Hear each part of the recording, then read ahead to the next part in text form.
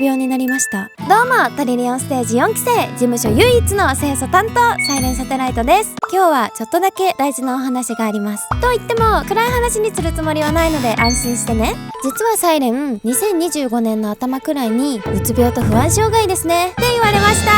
寝坊して遅刻した同期初コラボの年表でドカウツで横転って言ったけど、あれは比喩ではなく本当だったんですね。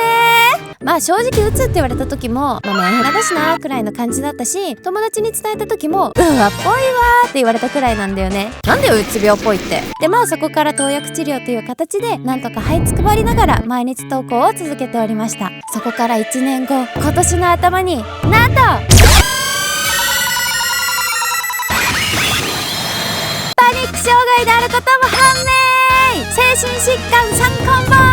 そしてなんやかんやあり3月頃にその3つが悪化してしまいました。配信スケジュールを出しても今日無理かもってなっちゃったりすることが多くて、リスケ祭りになっちゃうのは良くないよなと思ってスケジュールを出さずに配信ができそうな日に Twitter などでお知らせをする形にさせていただきました。いつもゲリラになってごめんね。配信も動画もなかなか出せなくて、いただいたコメントやリプにもお返事ができず本当にごめんなさい。でもね、サイレンはやめるつもりはないです。むしろこういう状態でも活動を続けていきたいなって思ってます。毎日じゃないかもしれないし完璧じゃないかもしれないけど、できる時にできるだけみんなと一緒に過ごせたら嬉しいです。こういう話すると心配されがちなんだけど、サイレン普通にゲームして叫んでるし、くしゃみで爆笑してるし、相変わらずクソガキです。